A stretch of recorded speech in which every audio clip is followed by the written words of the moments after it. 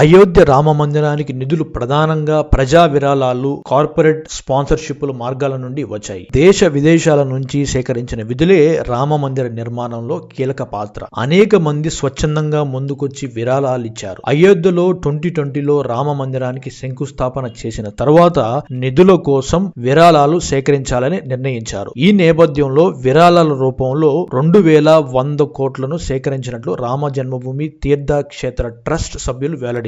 ఇలా సేకరణతో 1000 కోట్లు వస్తాయని ట్రస్ట్ అంచనా వేసింది. కానీ అంచనాలకు మించి మరో 1100 కోట్లు అధికంగా వచ్చాయి. కొన్ని నెలలకు ఈ ఫిగర్ 3000 దాటినట్లు వార్తలు వచ్చాయి. ప్రజా విరాళాలతో పాటు కొన్ని ప్రముఖ కార్పొరేట్ సంస్థలు రామ మందిర నిర్మాణంలో తమ వంతు కృషి చేసినట్లు తెలుస్తుంది. నిర్మాణానికి కావలసిన పరికరాలు, సామాగ్రి ఇచ్చినట్లు సమాచారం. ఆలయ నిర్మాణానికి ప్రభుత్వం పెద్దగా నిధులు ఇవ్వనట్లు తెలుస్తుంది. అయితే రానున్న రోజుల్లో ట్యాక్స్ బెనిఫిట్స్ ఉండవచ్చని వినికిడి. జై శ్రీరామ్.